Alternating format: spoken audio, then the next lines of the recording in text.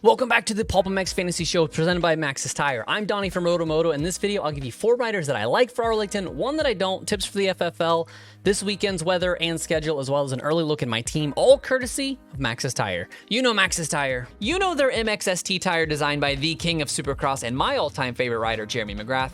It is the newest and most advanced tire on the Maxxis MX lineup, featuring an all-new tread pattern, compound, and composition to provide the stability, predictability, and traction that the upper tiers of motocross demand. Available at your local retailer and also at motosport.com. While the 250 West has been relatively injury-free, just 1 round in, and we already have 2 season enders on the East with Jet Reynolds and Colin Park both out for considerable amounts of time.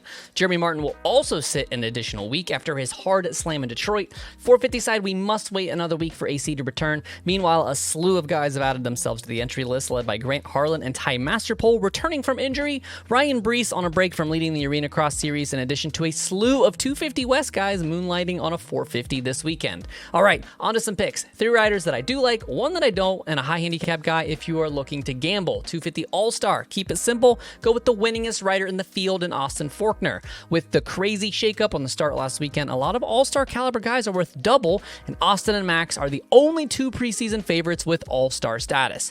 Both good choices, but I give Austin the nod for being a better starter, not to mention he did lead Max around the entire main event in Detroit.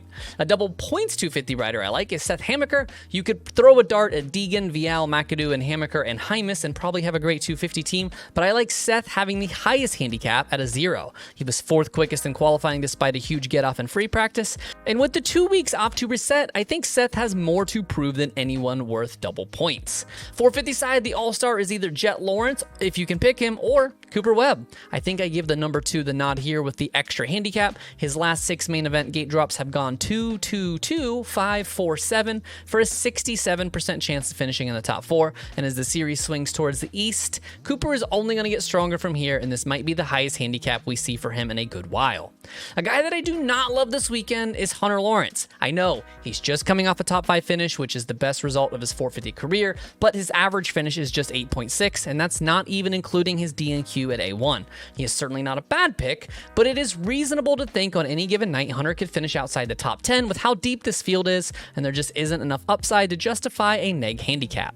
The high handicap here of the round for Arlington is Evan Ferry. Little red dog coming in with a 12 handicap, needing only to make the main to double up, which he should easily do. It is worth noting the East is getting a little thicker with a few Arena Cross guys thrown into the mix, but Factory Ferry has the speed and composure to put it in the main in Arlington. Just keep your eyes on his qualifying results and go from there.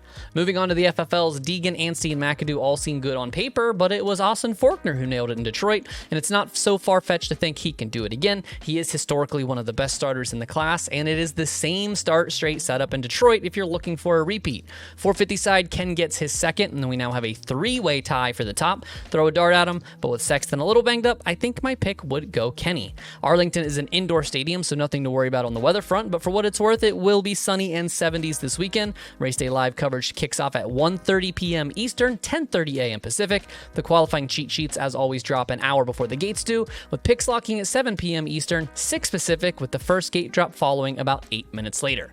My Thursday team has Austin Forkner with a 2 at All-Star, Seth Hammaker at a 0. Might as well make it all 3 pro circuit guys with McAdoo at a -2, as well as Hayden Deegan also with a -2. 450 side, I like Cooper Webb at a 3, Justin Cooper with a 1, Justin Barsha with a 3, and Malcolm Stewart at a 2. Don't forget to follow at PulpMX Fantasy and at RotoMoto on both Instagram and Twitter for injury updates as the weekend rolls on, qualifying info and stats and banter throughout the race itself, and those fantasy cheat sheets once qualifying is done and wrapped. Thanks for watching the PulpMX Fantasy Show presented by Maxxis Tire. My name is Donnie, and may your chiz this weekend. Remember that 8 is great, and most importantly, have fun. Good luck, y'all.